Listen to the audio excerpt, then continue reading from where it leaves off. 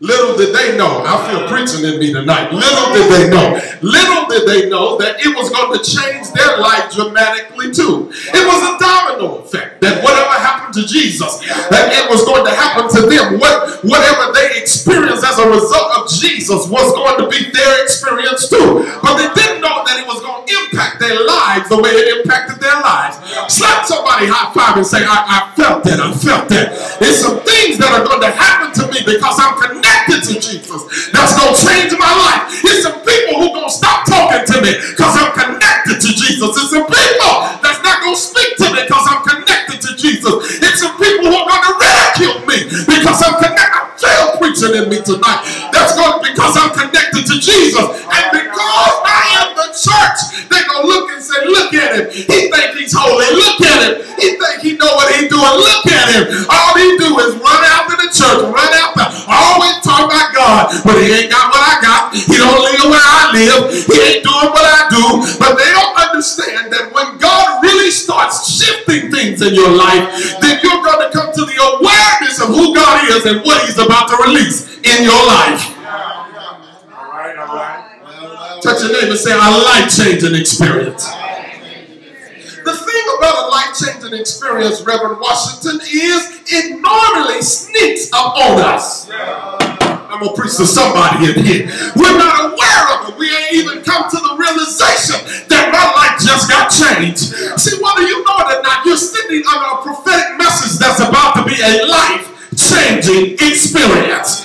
It is going to wake up something in you. Wake up your ability to sense God and know that God is about to release supernaturally in your life. When you gave an offering tonight, God let me in here. It was a life-changing experience. Because I don't know about anybody else, but have you ever gave your last dime in church? Have you ever gave the last thing that God had for you?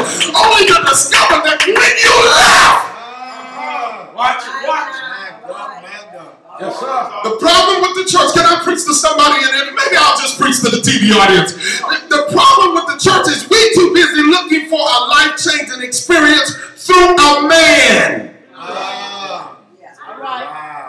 Pastor, I need you to change my life. I ain't the changing agent. Choir, I need y'all to change my life. Sing something that's going to make me happy. They ain't the changing agent. Musician, play me something that's going to soothe me. But they ain't the changing agent. The changing agent is the master of our soul. He is the one that will usher us into change. It's an interesting thing as I give you my prelude tonight. I'm almost through preaching now. That when I dive into my text tonight, what I discover is so many times when we look at this text about the prodigal son, a very familiar passage of scripture, we look at it with casual eyes. Because we draw the conclusion that the life-changing experience was in the boy. Can I propose to you tonight in my little lesson that the life-changing experience was not in the boy, but it was in the father. Because the father had the inheritance. God, somebody go hear what I'm about to say.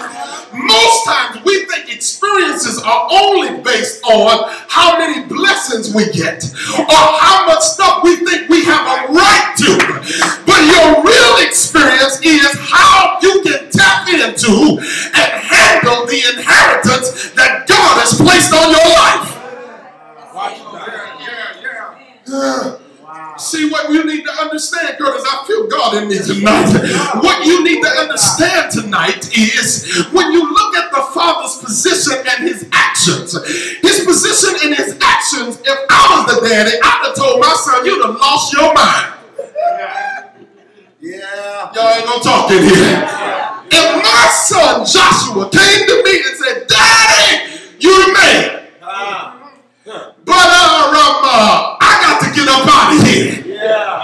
So I need you to bring me off some proper light tonight. I know I'm preaching in Ebonics now. Y'all just help me. I know this is global. Maybe I'll touch somebody in Germany with an Ebonic word. Y'all ain't talking to me in here. But daddy, I want my car now. Can you give me the Mercedes now, Dad? Can you give me what? I just need you to open up my own bank account, Dad, and put your money in my account. The scripture says, I don't have time time to teach this parenthetically, so let me teach it in a very casual way. He says that I need you, Daddy. I need you to take your stuff and give it and put it in my stuff. Because you need to understand that the inheritance is in the Father. So wherever God is trying to do a life-changing thing, y'all better get what I'm about to say. It's going to happen in your family first. I'm about to teach to somebody, Bishop. Most people looking for a life-changing experience outside of their bloodline, but God's interested in the bloodline. Those who do not listen to what God has to say.